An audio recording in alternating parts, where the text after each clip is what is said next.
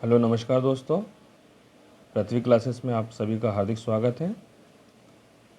आज हम वन रक्षक और जेल प्रहरी के जो पेपर 28 तारीख को हुआ है यानी आज हुआ है, उसके फर्स्ट, सेकंड और थर्ड तीनों शिफ्टों में जो जीके के प्रश्न पूछे गए हैं, हम उन पर थोड़ा सा डिस्कशन करेंगे और आशा करता हूँ ये सभी प्रश्न आपके लिए उपयोगी सिद्ध होंगे। जिन लोगों के आने वाले दिनों में पेपर हैं वो इन सभी प्रश्नों को एक बार देख लें तथा इन प्रश्नों से जुड़े कुछ और फैक्ट भी पढ़ लें, ताकि इनसे अगर संबंधित किसी प्रकार का कोई प्रश्न आता है तो उसके जवाब एग्ज़ाम में आप देकर अपने 4 से 5 नंबर बढ़ा सकते हैं और अपने सिलेक्शन को पक्का कर सकते हैं। आइए शुरू करते हैं। पहला प्रश्न है, मध्य प्रदेश के वित्त विभाग उप सचिव की संख्या कितनी होती है? मतलब मध्य प्रदेश में जो वित्त विभाग है उसमें उप सचिव की संख्या कितनी होती है? तो इसका सही आंसर है 5। आप मुझे कमेंट बॉक्स में मध्य प्रदेश के वर्तमान वित्त मंत्री का नाम ज़रूर कमेंट करके बताइएगा। अगला प्रश्न है, सर्वोच्च न्यायालय संविधान के किस भाग में दिया गया है? तो यह भाग 5 में दिया गया है। इससे मैं एक बात आपको बता दूं कि आप क्या करिएगा, सभी संविधान के भाग, संविधान की अनुसूचियाँ ये आप एक एक बार पढ़ लें और मतलब पूरा नहीं पढ़ना है, सिर्फ ये पढ़ना है कि संविधान के भाग 1 में क्या दिया गया, भाग 2 में क्या दिया गया। इसी प्रकार सभी अनुसूचियों के बारे में पढ़ लें। अनुसूचियों में भी आप ये पढ़ लें कि किस अनुसूची में कितने विषय हैं, कौन सी अनुसूची कब जोड़ी गई, कौन सी अनुसूची या अपने संविधान में कौन सी अनुसूची संविधान में प्रारंभ से थी और कौन सी बाद में जोड़ी गई तथा किस सन में और किस संशोधन के द्वारा जोड़ी गई। ठीक है, तो यहाँ से आपका प्रश्न आने की संभावनाएं रहती हैं और पूछे भी जा रहे हैं, तो ये आपके लिए सिद्ध होगा। अगला जो प्रश्न है वो साइंस से है। CH3 रासायनिक सूत्र है। रासायनिक सूत्र कल भी पूछा गया था एक, तो CH3 है जो एथेन का है। अगला प्रश्न है, हबीबगंज रेलवे स्टेशन का नाम परिवर्तित कर किया गया। ये एक हिसाब से करंट का प्रश्न है। तो जो हबीबगंज रेलवे स्टेशन है इसका नाम परिवर्तित करके रानी कमलापति रेलवे स्टेशन कर दिया गया है। अगला प्रश्न है, साइमन कमीशन भारत कब आया? ये इसका सही आंसर है 3 फरवरी 1928। 3 फरवरी 1928। मैं आपको बता देना चाहता हूँ कि अभी तक जितने भी प्रश्न आ रहे हैं वो सभी जो लूसेंट में लाल कलर के बॉक्स नहीं होते हैं, लगभग उन्हीं में से ही प्रश्नों के बन रहे हैं। तो आपसे मैं एक बात कहना चाहूँगा कि आप एक एक बार लूसेंट में जो लाल बॉक्स है ना उन पे थोड़ा सा ध्यान दे लीजिए, क्योंकि क्या है, प्रश्न अभी वहीं से ही बन रहे हैं। संपत्ति का अधिकार अगला प्रश्न है। संपत्ति का अधिकार भारतीय संविधान के किस अनुच्छेद में है? एक्चुअली क्या है, ये प्रश्न क्लियर नहीं है कि किस अनुच्छेद में बाद में रखा गया है, प्रारंभ में किस अनुच्छेद में था। तो इससे आप ये समझ लीजिए कि संपत्ति का अधिकार भारतीय संविधान के किस अनुच्छेद में है। आप यहाँ एक वर्ड लगा लीजिए, किस अनुच्छेद में, वर्तमान में है। ठीक है, तो ये वर्तमान में अनुच्छेद 300A में है। ये पहले मौलिक अधिकार में हुआ करता था, जबकि 44वें संविधान संशोधन के द्वारा इसे हटा दिया गया और अभी मूल अनुच्छेदों में से 300A में रखा गया है। ठीक है, अगला प्रश्न है, भारत के प्रथम लोकपाल कौन बने? ये प्रश्न में भी कुछ डाउट है। कुछ लोग बता रहे हैं कि भारत के प्रथम लोकपाल पूछा गया, कुछ लोग बता रहे हैं कि वर्तमान लोकपाल पूछा गया। ठीक है, तो आप इस प्रश्न को इस प्रकार देखें कि भारत के प्रथम लोकपाल पिनाकी चंद्र घोष हैं और अगर वर्तमान लोकपाल की बात करें तो प्रदीप कुमार मोहंती हैं। ओके, तो अब आगे बढ़ते हैं। अगला प्रश्न है, मध्य प्रदेश के किस जिले की सीमा छत्तीसगढ़ राज्य से मिलती है? अब इस प्रकार के प्रश्नों के लिए सभी ऑप्शन का होना अनिवार्य है, इसलिए आप इस चीज़ को इस तरह से लें कि 7 जिले की सीमा छत्तीसगढ़ से लगती है और वो 7 जिलों की नाम या सूची आप एक बार अपने एक बुक में या आपने जो भी नोट्स बनाए हैं उसमें से देख लें। उसी प्रकार हो सकता है आज इस बार छत्तीसगढ़ पूछा है, अगली बार महाराष्ट्र पूछ लें महाराष्ट्र पूछ लें, अगली बार गुजरात पूछ सकते हैं, इसी प्रकार राजस्थान भी हो सकता है,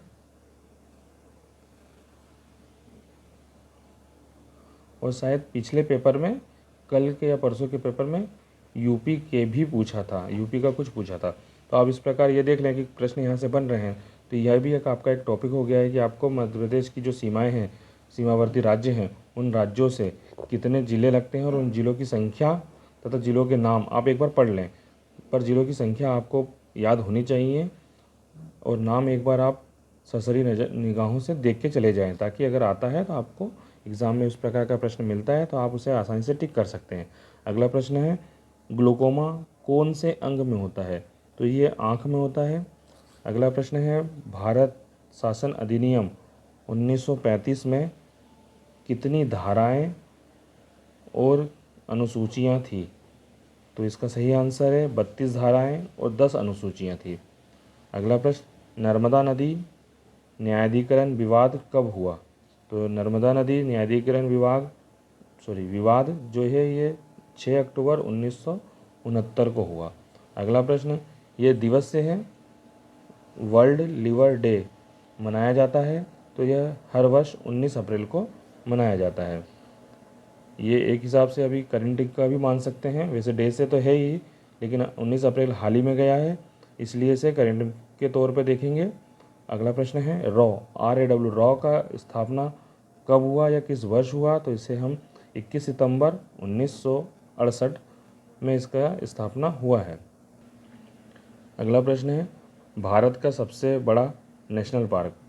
तो मैं इस प्रश्न में आपको एक चीज़ और है, ये शायद अभी पिछली शिफ्ट में भी ये प्रश्न पूछा गया था। और दूसरा कि इस प्रकार का एक प्रश्न और आया था जिसमें दक्षिण अंडमान का दक्षिण बटन वाला जो था ना प्रश्न, राष्ट्रीय उद्यान सबसे छोटा, उसके बारे में दिया गया था। जो दक्षिण बटन राष्ट्रीय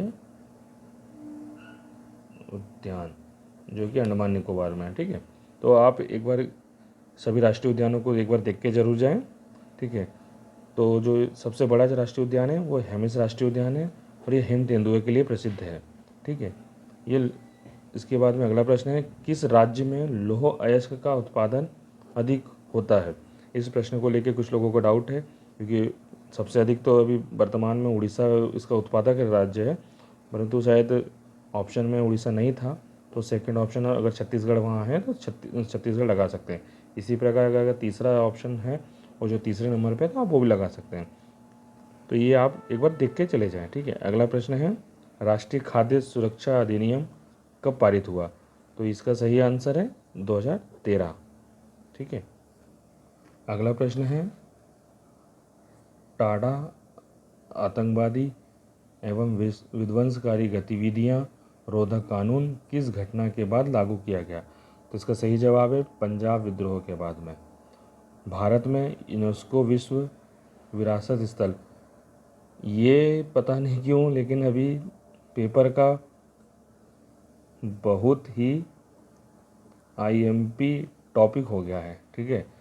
तो अगर आप लोगों कमेंट करेंगे मुझे, और हाँ 50 से ज़्यादा कमेंट हुए तो मैं इस टॉपिक पे एक फुल वीडियो बना दूंगा, ताकि इससे संबंधित जितने भी आने वाले दिनों में अगर पूछा जाता है तो आपके सारा टॉपिक वहाँ से मैं कवर कर दूंगा, जिसमें भारत के कितने विरासत स्थल हैं, किस राज्य से हैं, किस राज्य में सबसे सर्वाधिक है, किस राज्य में सबसे कम है, और नवीनतम कौन है, मैं पूरा का पूरा एक डिटेल वीडियो इस पर बना दूंगा, ठीक है। तो आप मुझे कमेंट करिए और बताइए। और अभी आप एक चीज़ और देख रहे होंगे कि हर प्रश्न पत्र में, मतलब फर्स्ट शिफ्ट हो सेकंड शिफ्ट हो, यूनेस्को का एक ना एक प्रश्न आ ही रहा है। बिहू किस राज्य का लोक नृत्य है? तो ये असम का है।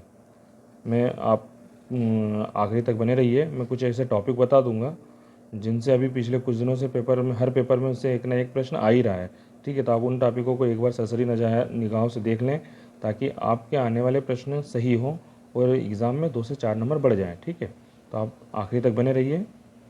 अगला प्रश्न है, बांग्लादेश का वर्तमान राष्ट्रपति कौन है? बांग्लादेश के वर्तमान राष्ट्रपति कौन है? तो बांग्लादेश के वर्तमान राष्ट्रपति है मोहम्मद शहाबुद्दीन, ठीक है। ये हाल ही में बने हैं, इसलिए करंट का क्वेश्चन है इसी प्रकार अभी मैं आपको एक चीज़ और बता दूं कि जैसे श्रीलंका, अभी श्रीलंका में कुछ ही दिनों पहले बहुत उलटफेर हुआ है।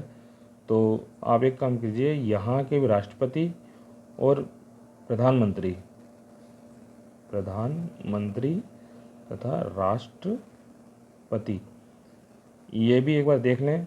और भारत के जितने पड़ोसी राष्ट्र हैं, कोशिश करिए कि सभी के राष्ट्र प्रमुख यानी कि राष्ट्रपति और प्रधानमंत्री के नाम आप एक बार पढ़ के जरूर जाएं। ठीक है। अगला प्रश्न है ORS का पूरा नाम। तो ORS का पूरा नाम है ओरल रिहाइड्रेशन सॉल्ट। साइंस से इस तरह के फुल फॉर्म के क्वेश्चन आ रहे हैं। ठीक है। अगला प्रश्न है न्यूटन किसका एसआई मात्रक है। तो न्यूटन बल का एसआई मात्रक है। दोस्तों, जितने प्रश्न मुझे मिल सके थे मैंने आपके समक्ष लेके आया हूँ। हाँ, अब जो मैं वीडियो के बीच में बोला था उस पर बात कर लेते हैं। तो पहला टॉपिक है यूनेस्को। ठीक है। ये तो आपको पूरी तरह कवर कर लेना चाहिए क्योंकि सभी एग्जामों में पूछा जाता है, लेकिन अभी जेल प्रेरी और वन रक्षक में तो इसे पता नहीं क्यों इतनी अहमियत दे दी गई है। ठीक है।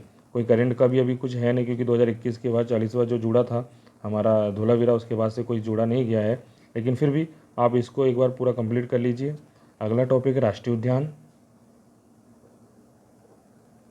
उद्यान या पार्क। ठीक है। राष्ट्रीय उद्यान और पार्क, ये हमारा दूसरा टॉपिक हो गया। तीसरा टॉपिक है संविधान से संबंधित है ये। इसमें आप अनुसूचियां,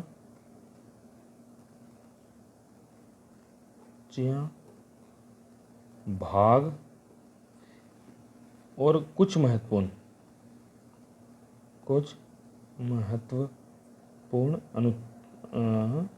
संशोधन के बाद आपका चौथा जो टॉपिक रहेगा, ठीक है, इस टॉपिक में आप लिख लीजिए भारत के पड़ोसी देश। तो पड़ोसी देश में क्या, इनके राष्ट्रपति और प्रधानमंत्री, खास करके श्रीलंका और उन जैसे अभी पाकिस्तान में भी उलटफेर हुई है सत्ता। ठीक है। तो यहाँ के आप एक बार कर लीजिए। अभी फ़िलहाल मैं आपको बता दूं कि और भी टॉपिक है, लेकिन अब इन चार को तो महत्वपूर्ण, क्योंकि इन चारों से प्रश्न आ ही रहे हैं। और हाँ, एक आखिरी और, आप जो लूसेंट है अपने, ठीक है, जो लूसेंट है उसमें जो इतिहास और संविधान, इनके जो लाल लाल बॉक्स हैं या एंड में जो तालिकाएं दे रखी हैं ना, ठीक है, जो सूचियां दे रखी हैं, उन्हें आप एक बार ज़रूर देख लें क्योंकि प्रश्न यहाँ से भी उठकर सीधे के सीधे आ रहे हैं। तो आइए अब दोस्तों, मेरा ये वीडियो आपको अच्छा लगा होगा, पसंद आया होगा और आपके लिए उपयोगी सिद्ध हो। ये यूनेस्को वाले टॉपिक पे अगर वीडियो चाहते हैं तो मैं जल्दी बनाऊँगा, आप मुझे कमेंट बॉक्स में ज़रूर बताएँ। आपको अगर वीडियो अच्छा लगा हो तो इसे लाइक करें, चैनल को सब्सक्राइब कर लें